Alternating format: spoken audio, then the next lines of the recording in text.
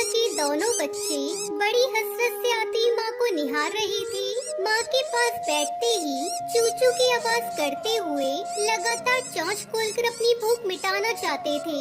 टुनटुनी चिड़िया बारी बारी से दोनों की चोंच में चारा डाल रही थी।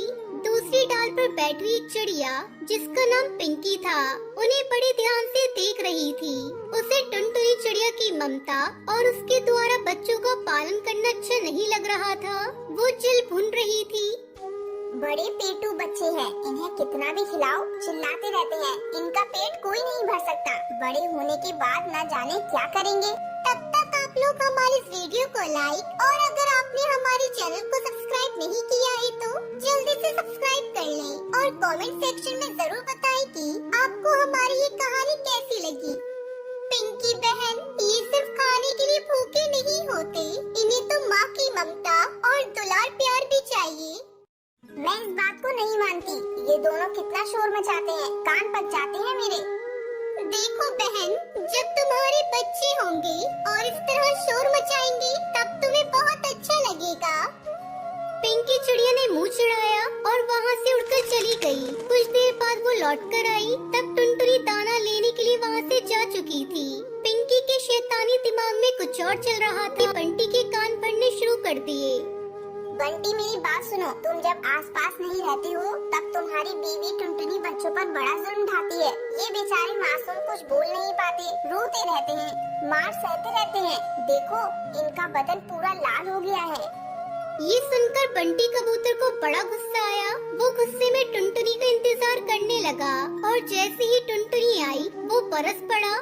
टुनटुनी, मैं तुम्हें बहुत अच्छी माँ समझता था, लेकिन तुम तो डायन निकली डायन। मेरे बच्चों को मारती हो, सताती हो।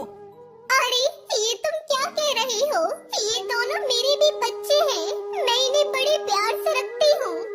अरे तुम बहुत बड़ी झूठी हो, मैं सब जान गया हूँ। मेरे बच्चों को इतना मार गया है। अभी इसी वक्त यहाँ से चली जाओ। मुझे अपना गंदा चेहरा कभी मत दिखाना। आपको गलतफहमी हुई है।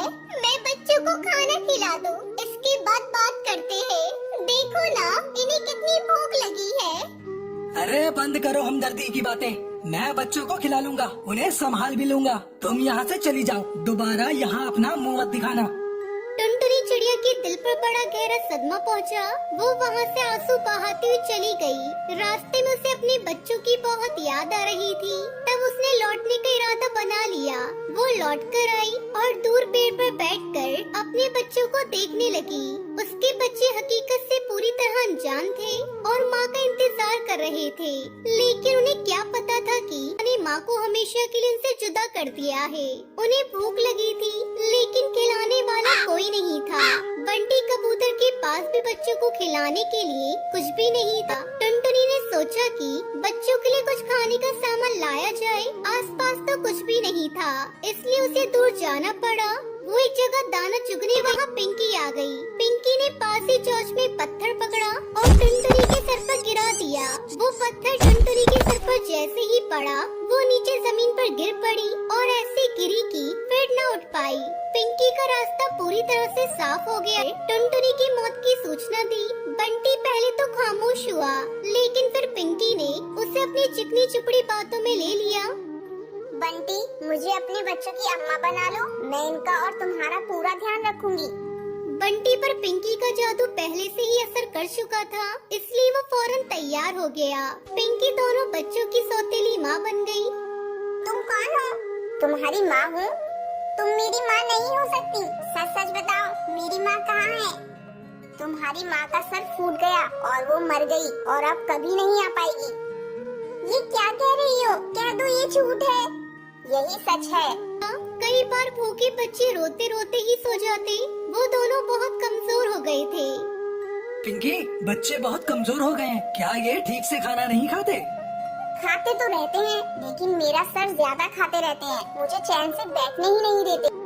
माँ झूठ क्यों बोल रही हो? हमें ठीक से खिलाती ही नहीं हो, हमेशा मारती हो, सताती हो और हमारी शिकायत भी करती हो। चुप हो जा बदतमीज, ये तुम्हारी माँ है। बंटी देखो कितना झूठ बोलने लगे हैं। मैं जान भी निकाल कर रख दूं, फिर भी ये लोग मुझे नहीं समझेंगे। मैं अब यहाँ से चली जाऊंगी। हाँ, तुम्हें कहीं जाने की जरूरत नहीं है। मैं इन दोनों को ही भगा दूंगा। बहुत बदतमीज हो गए हैं। बंटी कबूतर वहाँ से उड़ गया और पिंकी ने दोनों बच्चों को आड़े हाथ लिया और घोंसले से बाहर निकालने लगी। वो दोनों ठीक से उड़ना भी नहीं जानते थे, इसलिए बाहर जाने में डर रहा था। माँ हमें मत भगाओ, हम तो उड़ भी नहीं सकते, हमें माफ कर दो। चलो भागो यहाँ से, नहीं तो मार मार के तुम दोनों को तुम्हारी माँ के पास पहुँचा दूंगी।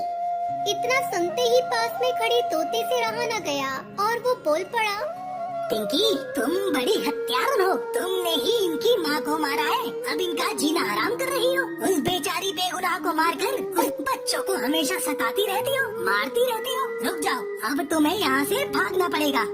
बंटी वहाँ पर आ गया था। उसने तोते की बात सुन लिया और बच्चों को मारने सताने की बात सुनकर उसका माथा ठनक गया।